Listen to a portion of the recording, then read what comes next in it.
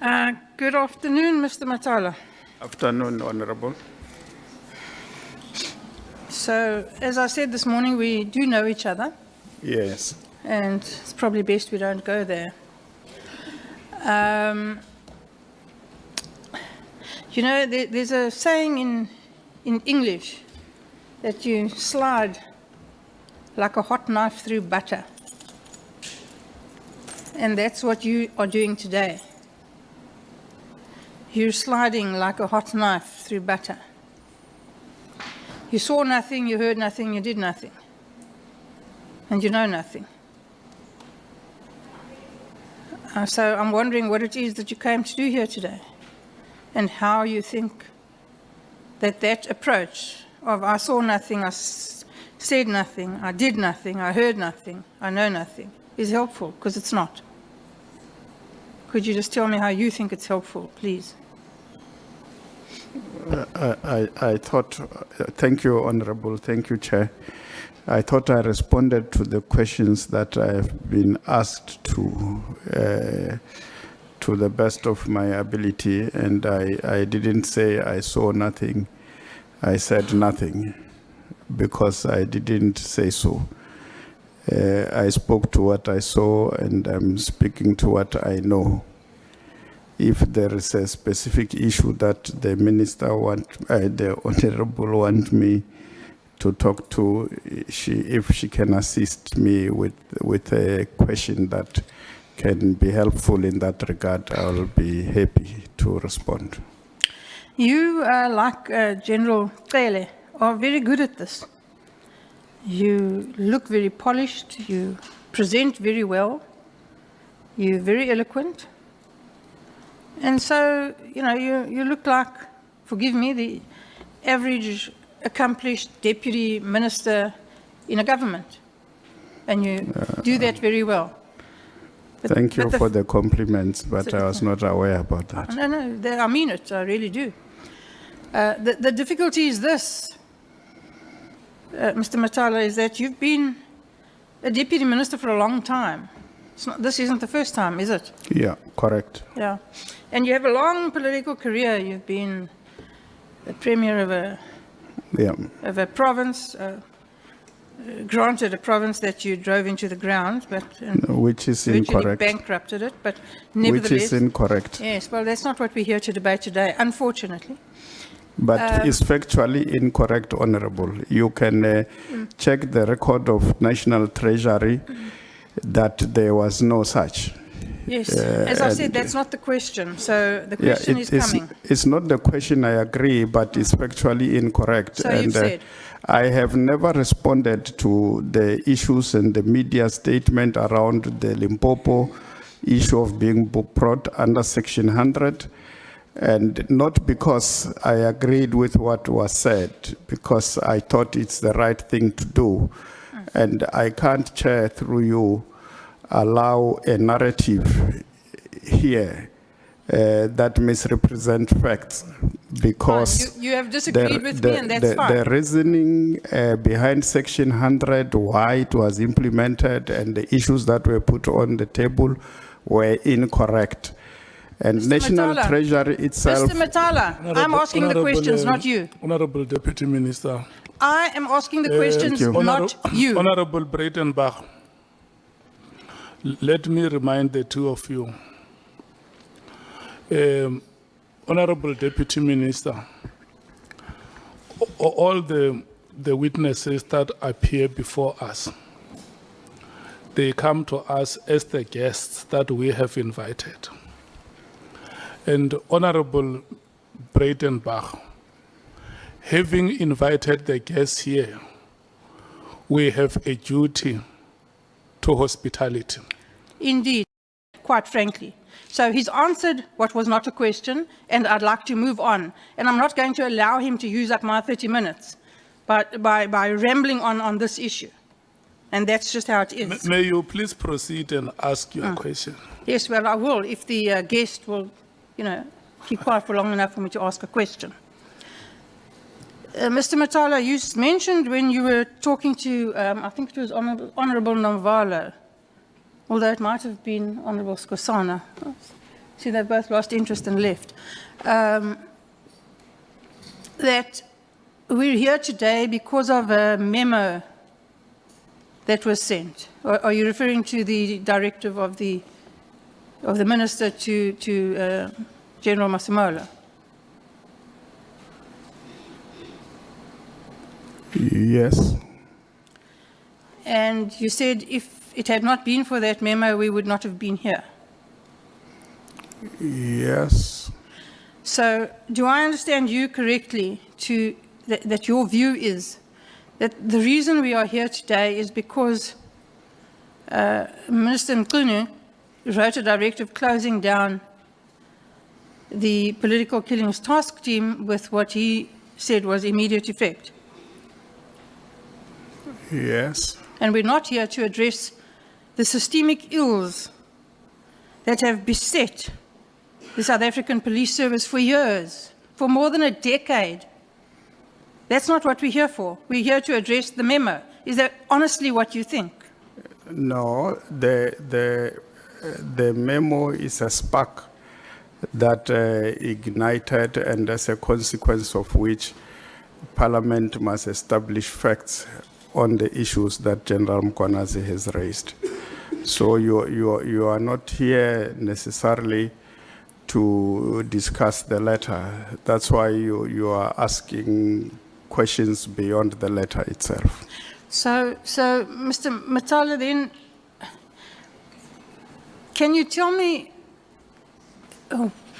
why it had to take General Mkhwanazi to get up on a Sunday afternoon and make this public statement when everything he said is not unknown?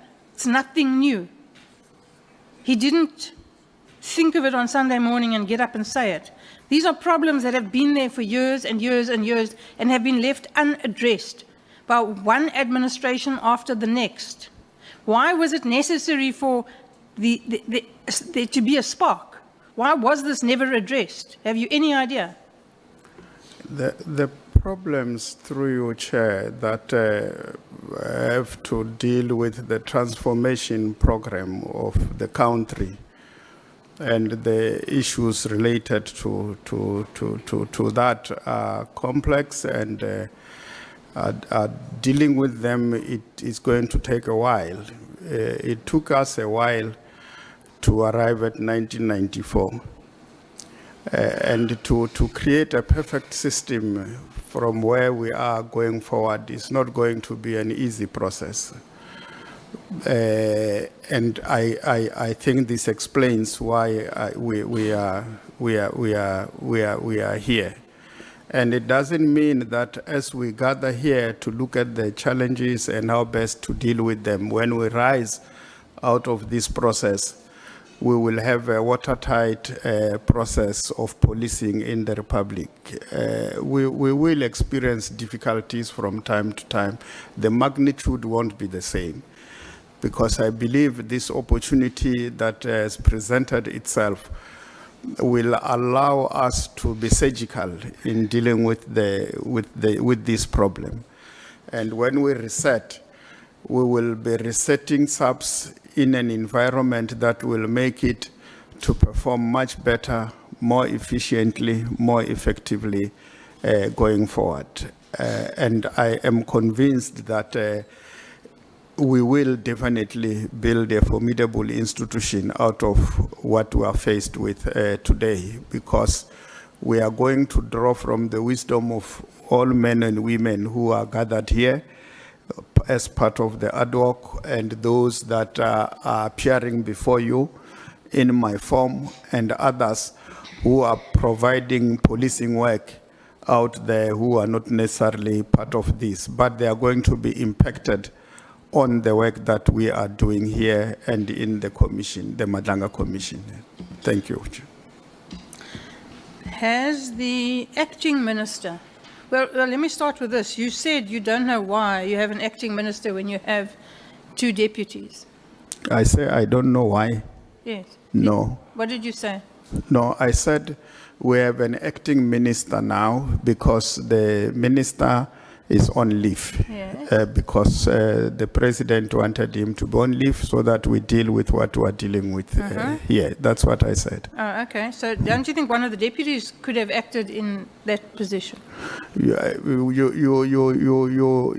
the president could have appointed anybody, including a deputy minister as minister. And of course, when the minister come back, you will have to then disappoint the deputy minister who you have appointed so that he becomes a deputy minister. But in his wisdom, the president appointed the acting minister in the name of Professor Kachalia, who is now a minister, because you can't appoint somebody who does not have executive authority to be head of the institution. And has Professor Kachalia used that executive authority? Yes, he is using it. Since he came in, he has assumed the responsibilities of a minister. We have a minister. It's just that we call him an acting minister, but he is a fully fledged minister, deciding on any matter that serves before him. It is not being served, it's not being executed by somebody who's acting, it's executed by an executive authority who is in office. Yeah. I have no doubt that Professor Kachalia is perfectly capable of executing his executive duties. Absolutely. What concerns me more is, do we have two deputy ministers? Has he delegated any authority, function, work, anything at all to his two deputies? No, we have met and we have discussed that matter, I think, a week or two back before he left for the trip with the president to Malaysia, Vietnam, and yeah, he's back. I saw him before I came here. He was with the National Commissioner. He will be able to delegate responsibilities, I guess, yeah. But we did discuss that matter with him. Okay, well, that's at least promising a step in the right direction. Absolutely. I would have thought, though, that a minister who's faced with the problems in his portfolio that Professor Kachalia is faced with in his might have stayed in South Africa and dealt with him instead of going on a jaunt to Malaysia. But never mind. As we know, people love to travel. So I would have thought that while the country is burning, perhaps he shouldn't fiddle. But you know, who am I?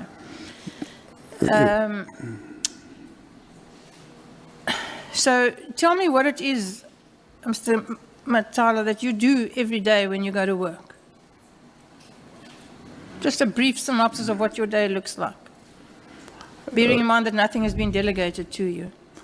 Well, we have a monthly program that guides what we do on a daily basis.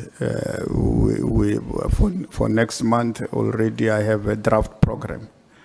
The fact that we are not delegated responsibilities does not mean that we don't have responsibilities that we are dealing with as a ministry. So we do have that, and we deal with that. That is what you answered one of the previous questions, but I'd like to have a little bit more meat on that, please. Like what? Well, it depends on what I'm supposed to do on a Friday. It can either be things that have to do with the Civilian Secretariat for Police, or IPID, or CIRA, or sometimes various divisions within the police that we are dealing with. Those are the things that one will deal with. Okay. Tell me, if you were the Minister of Police from Monday, what are the first three things you would do to fix the police service?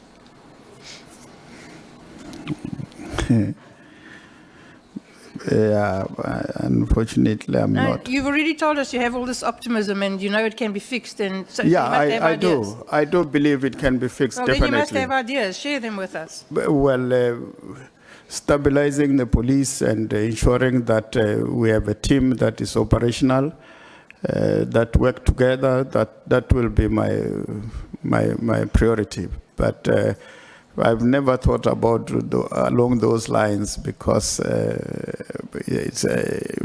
believe. But if I'm given that responsibility, definitely, I know what needs to be done. And Okay, Mr. Mathale, that's a platitude, you'll forgive me, stabilizing the police force and creating a team to make sure you get the job done. That's like, you can read that on the back of a chappie's wrapper. What will you do to make that happen?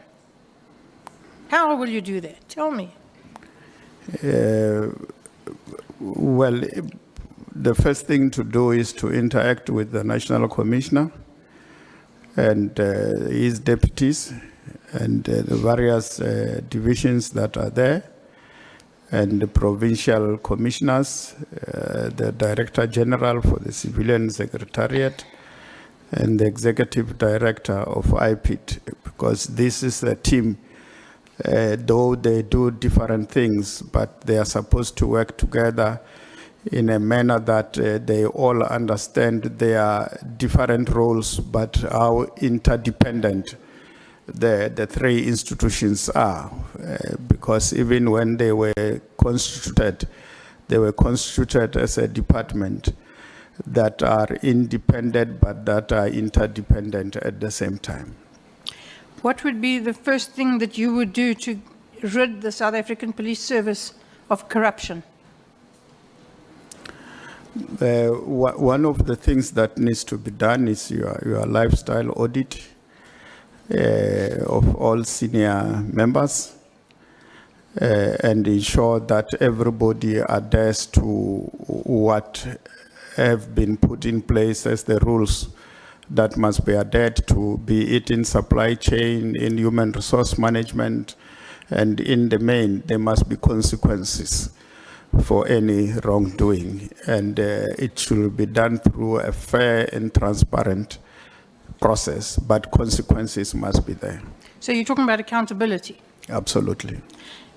Would you agree with me, Mr. Mathale, that years, decades of this approach that connected people, politicians, high-ranking individuals, net worth individuals, slide through butter like a hot knife with no accountability, has led to the South African police being in the mess that we currently sit with? The Honourable, there must be accountability, and that is non-negotiable. If anybody engages in wrongdoing, there must be consequences. The absence of that will create a problem of paralysis, because they look up there and they see this one doing wrong things and there are no consequences, and the juniors will follow. So you can't allow that to happen. You and I agree on that, Yeah. oddly. But the question is this: do you not think that it's precisely that thing, that culture of no accountability, that has led us to where we are? Lack of accountability creates a problem. There must be accountability. There must be consequences. The question is a real question, Mr. Mathale, not an abstract one. Do you agree that decades of no accountability have led us to where we are? It's not what happens if, when, how. We're here. We know there's a mess. I put it to you that that is the reason we're in this mess, is this culture of no accountability. We are agreeing, Honourable Thank you. Breytenbach, that there must be consequences. I have no further questions. Thank you, Chair. And Mr. 𝐿'𝐿 will only use 10 minutes of the remaining time. Before I give you a standing ovation, can I just hear you saying Honourable Mathale? Honourable Mathale. Thank you so much. Why? No, the thing is, I heard you repeatedly say Mr. Mathale, Yes. Mr. Mathale. Honourable is not a title I insist upon. So I just want to hear you saying Honourable Mathale. And Honourable is not a title I insist upon, and I think it's a little over the top for everyone in this room to insist on being called Honourable somebody, quite frankly. But anyhow, there, I said it. Are you happy? yeah, I'm happy that you said Honourable Mathale. And thank you so much, Honorable Breytenbach. Honorable Tlhopha. Thank you, Chairperson.